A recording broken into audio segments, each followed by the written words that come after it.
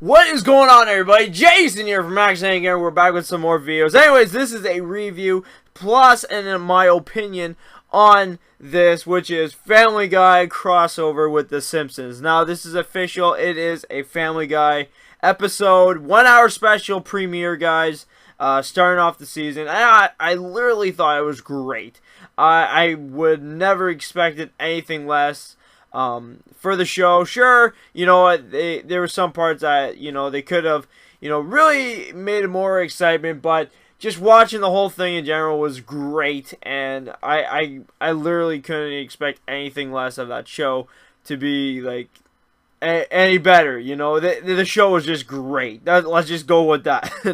But anyways, so the opinion part I'm going to be saying last, but I'm going to do the review on the whole show. So just to point this out, there's going to be spoiler alerts in this because I am going to sum it up a bit of the show. So if you didn't see the show yet, you know, check it out first because it's awesome. That's all I got to say. Check out the show first. It's great. But anyways, for the people that are going to stick around, it is time for the spoiler parts. Alright, so to review the whole show, pretty much what happens is Family Guy, Peter Griffin pretty much, you know, does an article for the paper. And of course, right off the bat, guys, we already know what would happen. It's Peter Griffin, okay? There is no doubt something bad is going to happen on the paper. But anyways, so yes, something bad happened and got people riled up and angry at him. And anyways, pretty much they left.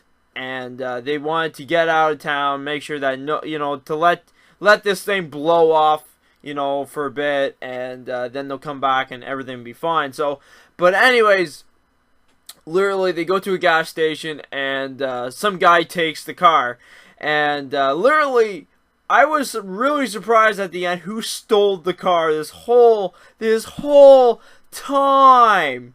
It was freaking Homer's father's friend from the retirement place. And I'm just like, how? I was expecting, like, you know, one of, like, what was it?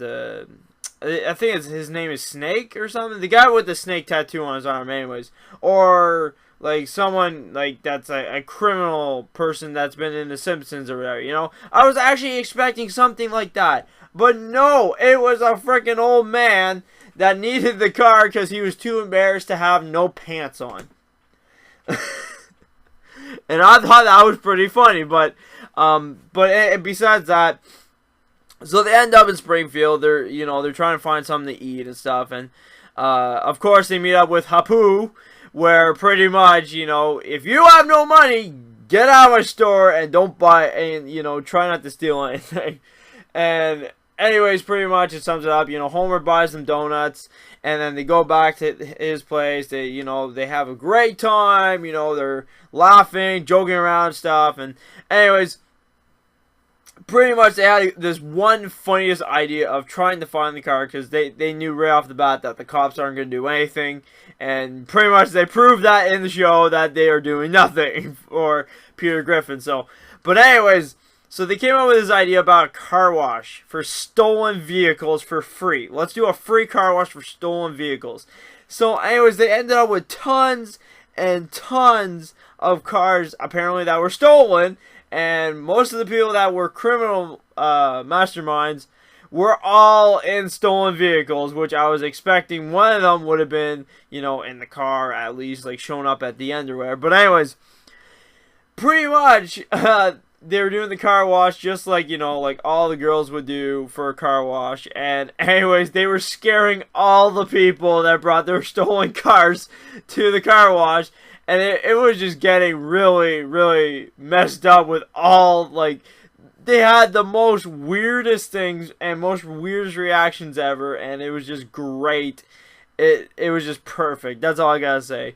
And anyways, pretty much after that, you know, the car shows up, and then pretty much, you know, then after that they go to the bar at Moe's, and, you know, Moe's just like, oh, why would you bring your own damn beer? That's so stupid, you know. I'm trying to make a sale here and that. But anyways, so actually Moe knew about the beer that Peter drinks, and he said it's actually fraud, and he rips off the label, and he was just like, it's Duff. And anyways, so pretty much there was a lawyer there, and they pretty much sued Peter Griffin for the company, pretty much. They didn't sue Peter Griffin in general, they just sued the company. Peter Griffin was just there because he had no choice to represent them, because apparently the company can't show up for their own freaking mess, jeez. But anyways, so pretty much after that, Duff wins, and the Kool-Aid guy was supposed to be there, but he ended up in the wrong freaking town, which I thought was so hilarious, because he just freaking calls up Peter and he's just like, yeah, I'm in the wrong Springfield, by the way. I'm just like, wow, this is great.